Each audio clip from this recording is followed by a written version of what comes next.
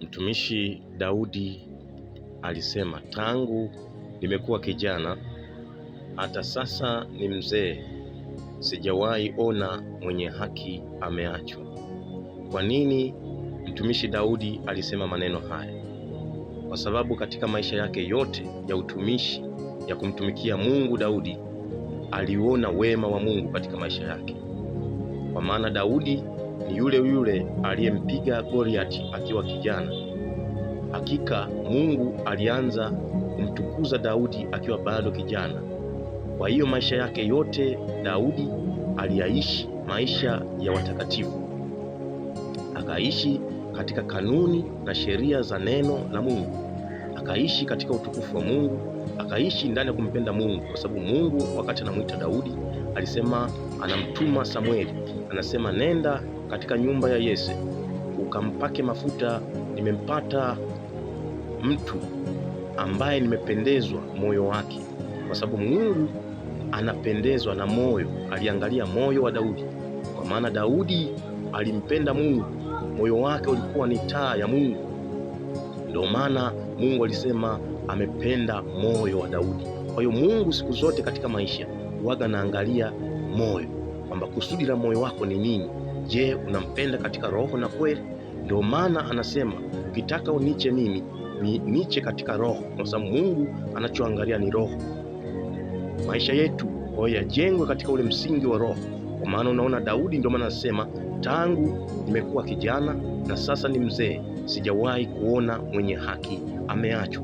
Kwa sababu baba zetu wa imani walioishindia imani wakakiri kwa utukufu wake, wakina Shadraka na Abednego, walipokuwa katika nchi ile ya Nebukadneza, ya uhuru wa Kaldayo, waliakiri ya Mungu pale walipopata mitihani mizito, lakini wao waliamini, hatuwezi kusujudu kwa maana sisi ni Wayahudi, sisi ni watu watauwa wa Mungu, tunamwabudu Mungu wa mbingu na nchi.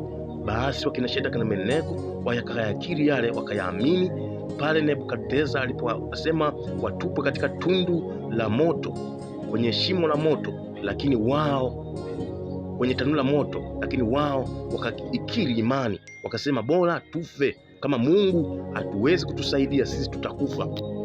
Kwa sababu walifahamu wema wa Mungu, walifahamu makusudi ya Mungu. Kwa maana wao ni Wayahudi, wanakiri yale ya Mungu, wakakiri ya utukufu wa Mungu, naye Mungu akawatukuza.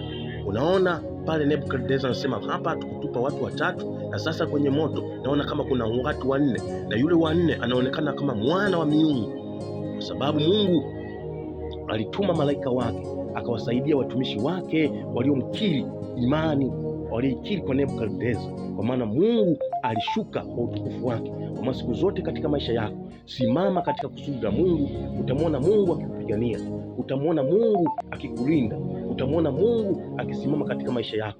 Hakika mwana wa Mungu, kaa katika ile neema ya upendo wake, naye Mungu atakutukuza, nawe utakiri maneno ya mtumishi Daudi kama alivyosema, tangu nimekuwa kijana na sasa ni mzee, sijawahi kuona mwenye haki ameachwa. Kwa sababu siku zote Mungu ukimtumaini yeye, ukimpenda yeye, hakika Mungu ataachilia nguvu ya utukufu wake ndani ya maisha yako, nao utatangaza sifa za Mungu wetu wa mbingu na ardhi kwa mapenzi yake. Hakika mwana wa Mungu, simama na kusudi la Mungu, simama katika mapenzi ya Mungu. Hakika mwana wa Mungu, tembea katika kifua mbele, kwa maana Mungu anataka kutumie katika maisha ya utukufu hapa duniani. Watu wataona utukufu wa maisha yako katika maisha yako. Hakika simama katika kusudi la Mungu, naye Mungu atakutukuza katikati ya jamii ya lugha, jamaa na mataifa.